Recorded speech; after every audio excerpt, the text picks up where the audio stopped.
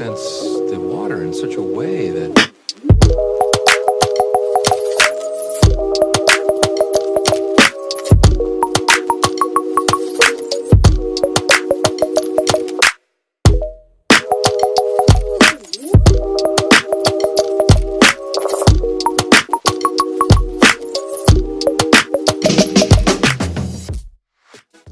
And so this is my kind of take on smack cucumber.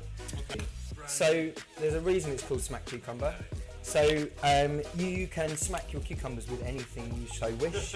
I've chosen a rolling pin, and that is literally what you do. So you might want to stand back a little bit, but I'm going to put a little tea towel out just to protect my bar a little bit, but it goes everywhere. So basically you want to really smack it. Okay.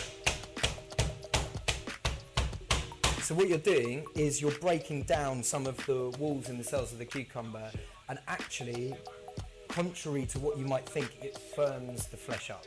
So, and you're losing a lot of the water out it, and you'll lose a lot of the water out it in the next process as well. So you want to smash it until it's kind of completely done. Then we just top and tail it. Oops. With a sharp knife, which that isn't.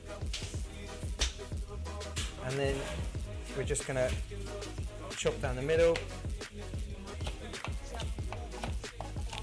So it's just really roughly chopped. So once you've smacked your cucumbers, you then need to sort of lightly cure it. So I use sugar and salt.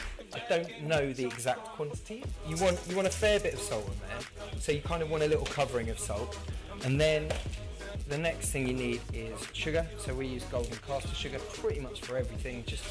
I really like the flavour. It's got like slightly more caramelly flavour to ordinary caster sugar. But you can use ordinary caster sugar. Then you just want a bit of sugar over the top. And slightly more salt than sugar, I would say. You give it a little mix around. Make sure it's all nicely coated. That's just going to start pulling the water out. Exactly. It's going to start pulling the water out, and obviously it's going to get a little bit of sweetness and salt in there. Then you want a bowl of the same size or something, put that on, and we're going to leave it under a bit of pressure. And we'll put that aside to cure, and that will take, I'd say it'll be ready in about 3 hours, 2.5 hours.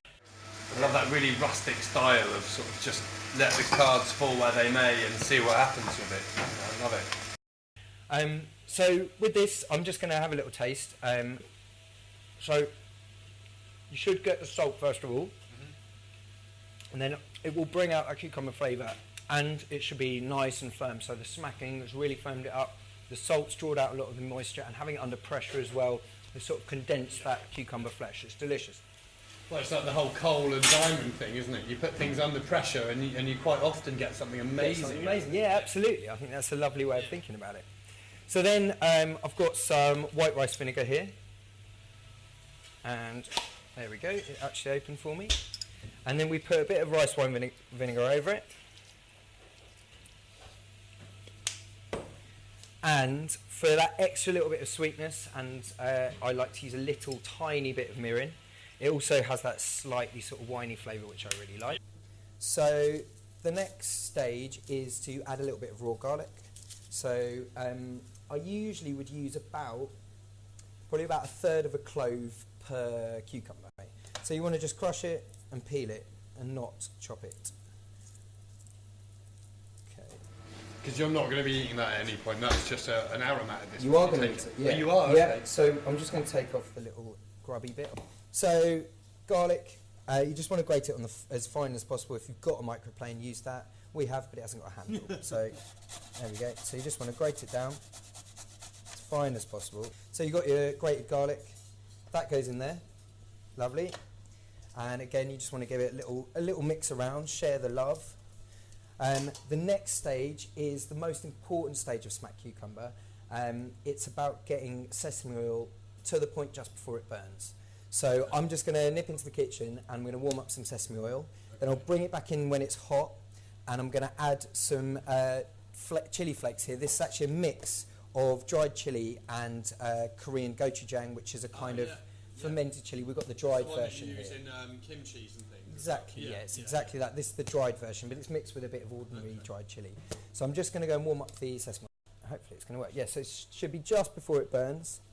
And then what you do is take your chili flakes And we'll do quite a spicy one. And it should really sizzle. There we go. And it will foam up. All that chilli foams up. Just want to make sure it's nicely coated in the sesame oil. And because this is so hot, I'm now going to pour it onto the smack cucumber, and it should be all right, but it will sizzle, and it just starts to release a little bit more of the cucumber flavour. So there we go.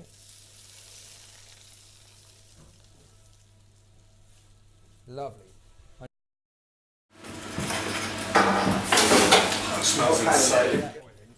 So I would suggest that I possibly use a little bit more sesame oil than I ordinarily would, just kind of because you've got a nice effect. But yeah, so once it's all combined, that is all the ingredients. So I'm just going to pop it in a plate for you. So that's that. And then what we do here is we just top it with a little bit of toasted black sesame. Sesame, yeah. I like to top it with just a little tiny bit of micro coriander. There we go. And that is the finished dish that we serve in the restaurant. Have a taste? Yeah. Lovely. I really do.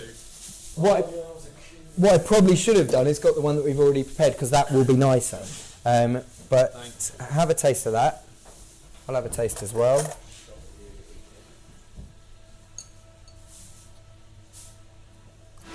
So how does this fare to the original that you had at Silk Road then? I think it's better. That's what we aim for. Yeah. If I didn't think it was better, it wouldn't be on the menu, because there's another place doing it better. Do you see what I mean? So Is it similar, or is it? it's very similar, yeah. I'd suggest that at Silk Road they use more chilli and more garlic. This is possibly a little bit better suited to, I guess, a Western palate. But maybe I'm being sort of, maybe I'm doing us down. But I think it's. I don't know, man. It's pretty good to me. Yeah.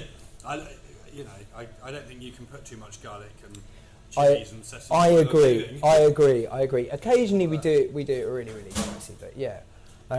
But I like to think it's nicely balanced. It's got good sweetness, good salinity. There's a little bit of sharpness. You get a bit of crunch from the sesame seeds.